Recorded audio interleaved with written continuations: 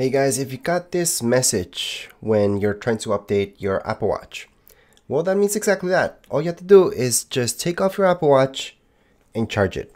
So have it charging meanwhile you're trying to do this update. So as long as you put it to charge right this second, you can just tap on OK, and then it should just restart the update by itself. But if you guys really want to push it, you can go ahead and just make sure it's charging, by the way. It has to be a little bit more than 50%.